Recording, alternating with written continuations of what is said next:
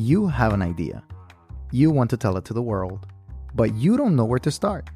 That's where Anchor comes in. They have the tools for you to edit, produce, and record your idea right from your phone or computer. It's the easiest way to reach and grow your audience.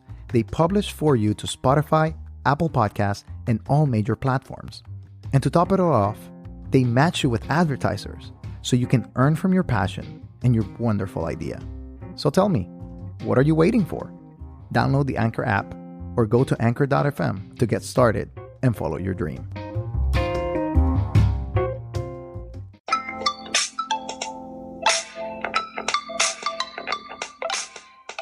Hey everyone, Jose here.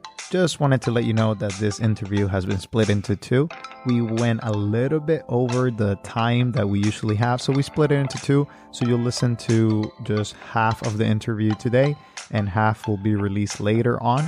If you want to listen to the full interview, you can go to patreon.com/disruptiveadventism and you can listen to it right now, just the full thing without any pauses.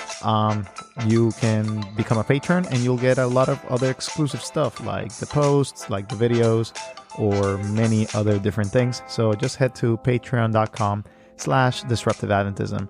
Thank you for listening, and we hope you enjoyed this first part.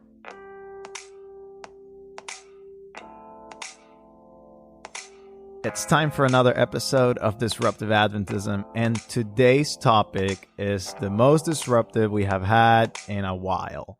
Even though our sexuality series just came out, and that was really disruptive, we are going to talk about today, we're going to be talking about the topic of social justice, something that is coming and something that's part of our heritage as Adventists. We already touched on it a little bit in our first interview episode with Judith Manchai on the topic of activism, the idea of being active.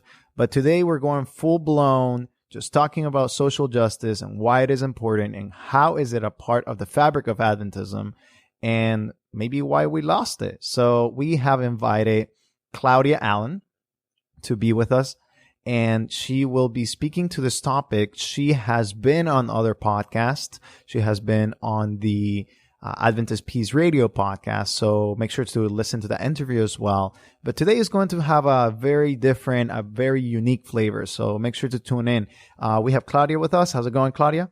Good. So happy to be here. Well, we're happy too. We're excited. As it is our custom, we always like to get to know our guests. So tell us just who you are before getting into the whole topic. Yeah. So I am currently a doctoral student at the University of Maryland. I've completed my third year. I'm studying African American literature, specializing in 20th and 21st century African American literature. And I particularly like to study or look at theology and social politics within Black literature. How are those things connected? So pretty much the idea of who is God in Black literature and how does the author's description or articulation of who God is affect the social politics within the text.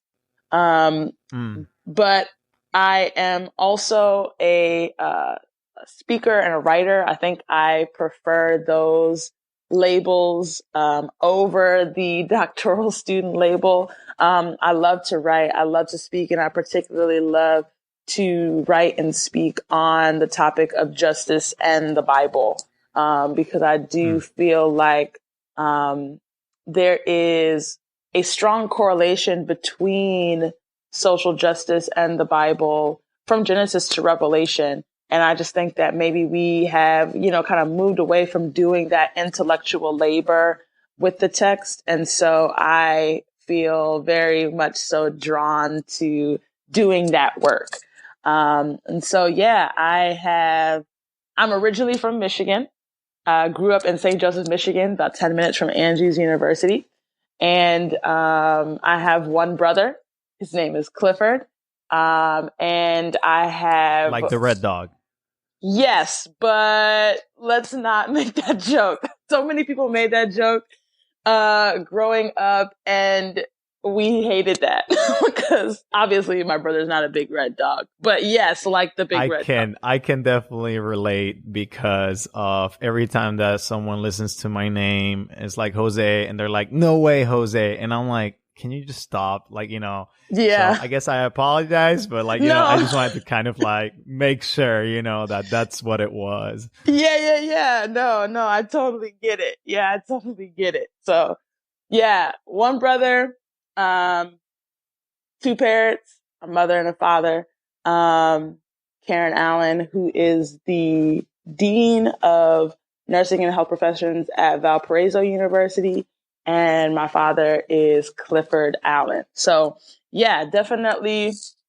That's just a little bit about me, a little bit about where I'm from, a little bit about what I'm passionate about, a little bit of who my family is.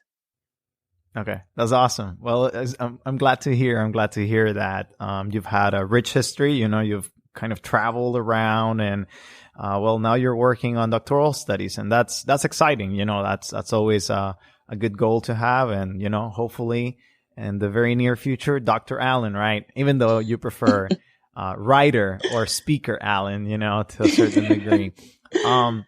But you mentioned in one of your passions, like that for you, social justice is a primary part of the scriptures, right? Yeah. And maybe a question that I have is, why do you think that as Adventists, we have lost that? Man, so really even, that's a great question.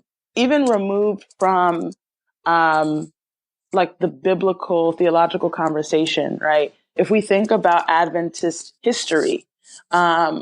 Adventist history has always been one that was committed to social justice, right? So I particularly am thinking about Edson White, who is Ellen White's son, Edson White, and the Morning Star. And so I don't know if you've heard of the Morning Star Steamboat, but Edson White and a couple others, they put about 1,000 to 1,500 books on a steamboat, and they were sailing down the Mississippi River, and they were literally teaching slaves and former slaves how to read and write, which during this time was a federal crime that would have cost them their life, would have cost those slaves their lives.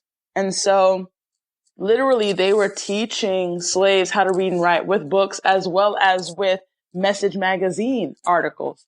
And so that's just a little bit of Adventist history to really think about the fact that you had white Adventists committed to opposing the federal law that blacks could not read and write at this time. And they were using both Adventist and non-Adventist literature to do that. And so when that is our history, when that's in our bloodstream, if you would, I do find it interesting that there then comes this shift away from that kind of work to now we hear rhetoric like, well, we just want to focus on mission, or we just want to focus on the gospel, as if that kind of work is not gospel related, as if that kind of work is not missional. And I think that it potentially is a result of the fact that we like to be comfortable, right? I think that people in general, not just Adventists, but people in general do not like to be uncomfortable. And I don't like to be put in situations